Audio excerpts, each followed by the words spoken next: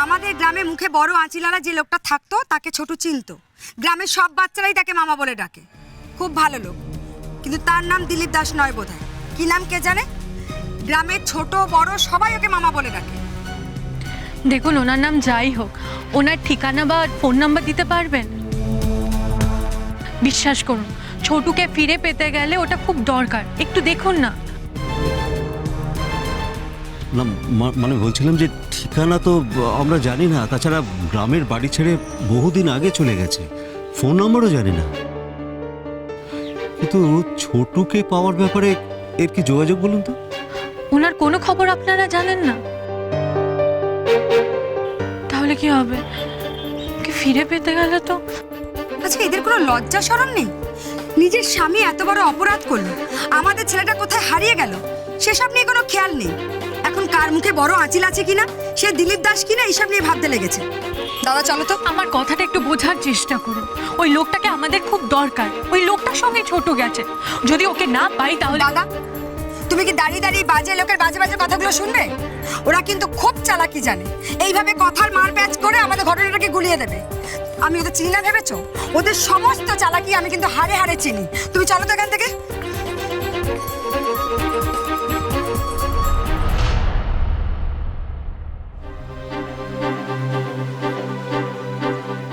শোনো মেয়ে, যত বড় লোকই হও না কেন তোমরা, গরিবের সর্বনাশ করেছো তো, এর শাস্তি কিন্তু তোমরা পাবে।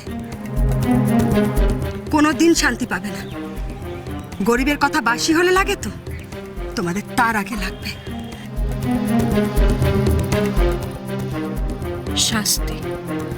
ঠিকই বলেছেন যে আমাদের ছোটুর এত বড় সর্বনাশ করেছে, তাকে তার যোগ্য শাস্তি পেতেই হবে। উষসী, তুমি কোথায় গেছো? এবার আমার খুব চিন্তা হচ্ছে। তুমি কোথায় গেছো উষসী? কোথায় গেছো?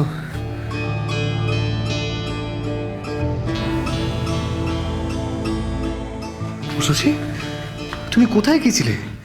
শ্যামলের শিখা তোমায় খুঁজে গেছে। শুনলাম নাকি সকাল থেকে তুমি বাড়িতে ছিলে না। হ্যাঁ, আচ্ছা আমার চিন্তা হয় তো, বলো বলো না তুমি কোথায় গেছিলে উষসী, বলো না। আমার কিচ্ছু হয়নি, আমি ঠিক আছে। বসো এখানে, বসো। নিষেধ আর কেউ না জানুক। তুমি তো জানো অন্যায় দেখে আমি চুপ করে বসে থাকতে পারবো না। আমায় তো কিছু একটা করতে হবে। কিন্তু উষসী, তুমি কি করবে? আমায় অন্তত বলো, তুমি একলা একলা কি করবে? কে বললো আমি এক? যার সঙ্গে তোমার ভালোবাসা আছে, মা বাবার আশীর্বাদ আছে, সে কি একা হতে পারে? আমি কি করছি কি করব সব সময় আসলে বলবো। তুমি শুধু একটু ধৈর্য ধরো, কষ্ট পাবে না, আর আমার জন্য একদম চিন্তা করবে না। কি করে চিন্তা না করে থাকবো বলো তো? কি করে? তুমি এইভাবে একা একা আমার জন্য লড়াই করবে, ছোটুর জন্য লড়াই করবে, আমি সেটা মেনে নিতে পারবো না শশী। শশী, তুমি আমাকে অন্তত বলো যে তুমি কি কোনো সূত্র পেয়েছো যেখান থেকে ছোটুকে খুঁজে পাওয়া যাবে? শশী আমাকে বলো না, তাহলে তাহলে আমি কিছুটা শান্তি পাবো। বলো না শশী আমাকে। এখনই তোমাকে কিছু বলতে পারবো না নিষেধ। আমার হাতে আরো কিছু প্রমাণ দরকার। সেসব না পেয়ে তোমাকে আশা দেখানো যাবে না।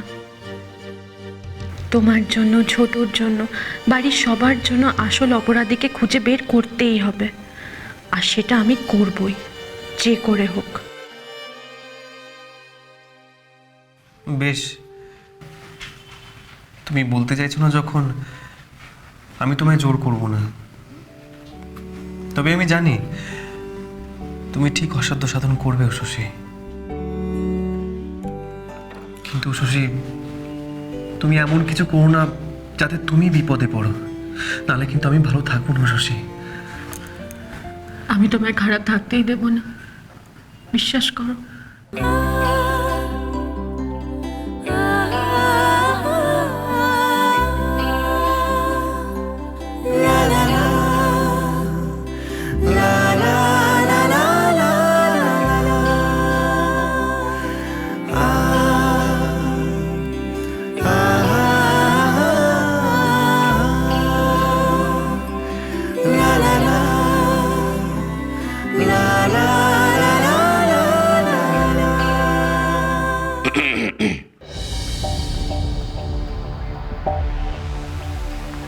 মিসেস ঘোষ আপনিও আছেন, ভালোই হয়েছে।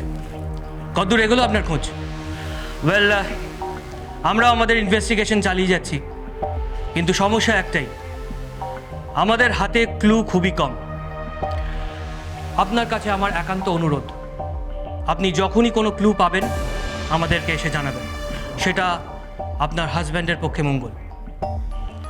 ও ওয়েল, এটা দেখুন, মিস্টার ঘোষের খবরটা আজকের নিউজ পেপারে সেনসেশনাল হয়ে বেরিয়েছে। খুব তাড়াতাড়ি কিছু একটা করতে হবে মিসেস ঘোষ, নাহলে মিডিয়া এটা নিয়ে এমন একটা অবস্থা তৈরি করবে যেটা আপনার হাজব্যান্ডের এগেনস্টে যাবে। মিস্টার নিশীথ ঘোষ ওয়ার্ল্ডস টপ কুক হওয়ার ফলে একজন পরিচিত মুখ, তাই মিডিয়া এই ব্যাপারটাকে আরও বেশি গুরুত্ব দেবে। আমি আমার স্বামীকে চিনি মিস্টার ঘটক, আপনি নিশ্চিন্তে থাকুন। যতক্ষণ আমি আছি নিশীথকে কেউ বদনাম করতে পারবে না। নিশীথের কিচ্ছু হবে না। কাদা ছোড়া যতটা সহজ, কাদা গায়ে লাগা অতটা সহজ নয়। যে মিডিয়া আজ নিশীথের বিরুদ্ধে লিখছে, খুব শীঘ্রই সেই মিডিয়ায় নিশীথের নিরপরাধ হওয়ার খবরও লিখবে।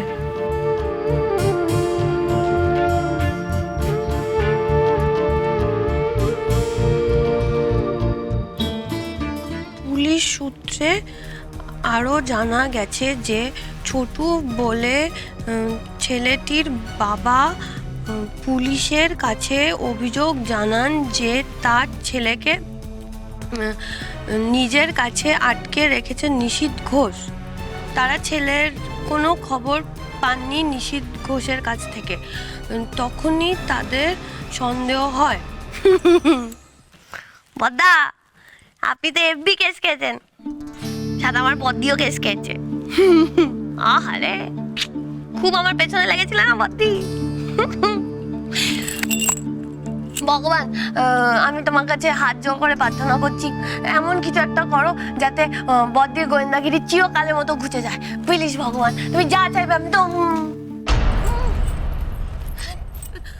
তুমি কখন এলে? তুমি বদ্দার কাছে গেছিলে না? হ্যাঁ, বদ্দা কেমন আছে গো? হ্যাঁ, বদ্দা ছাড়া পেয়ে যাবে নাকি? ওই ওই কি বলে, সারা জীবনের ওই যাবজ্জীবন কি একটা হয়? যা দেখলাম বড়দা একটু ভালো নেই। এই একদিনেই দেখলাম মুখটা একেবারে শুকিয়ে গেছে। খারাপ লাগলো জানো তো। হে বাবা, আরে জানো বদ্দার না কাগজে ইয়াব বড় একটা ছবি বেরিয়েছে, পুরো ফিল্ম স্টারদের মতো, হেভি লাগছে দেখতে। এখন যখন বদ্দার রাস্তায় বেরোবে সবাই বদ্দাকে চিনতে পারবে। দেখো, আমাদের পরিবারেরও নাম হয়ে যাবে, তাই না? এই দেখো কি সুন্দর, এই দেখো কত বড় ছবি। হ্যাঁ, তোর কি মাথা খারাপ হয়ে গেছে? এতে পরিবারের নাম হবে, এতে পরিবার আরো বদনাম হবে। আরে বদ্দাকে দেখে ফিরছিলাম, তাই পাড়া লোকের অত প্রশ্ন। কর, বদ্দা কখন ফিরবে, কেন নিয়ে গেছে, এখন কোথায় আছে, জেলে আছে না লকআপে আছে, এত প্রশ্ন আসে কোত্থেকে জানি না। আমার দোকানে গুটি কয়েক লোক আসতো, সেটা আসা বোধহয় বন্ধ হয়ে যাবে।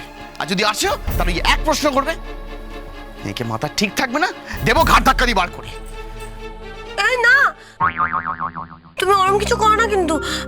বাবা কি মুশকিল, তাহলে তো বিক্রি বাট্টাই কমে যাবে। তুমি একটা কাজ করো, তুমি বাড়িতে রানীকে সামলে রাখো, আমি দোকানে গিয়ে বসবো। এই না কাকুলি, এখন সংসার ছেড়ে যাস না। যেভাবে ডায়না এগোচ্ছে, মায়ের হাত থেকে বাড়ির চাবি নিল বলে তককে তককে থাক। যেভাবে পারিস ওই চাবিটা মায়ের থেকেই তোকে নিতে হবে।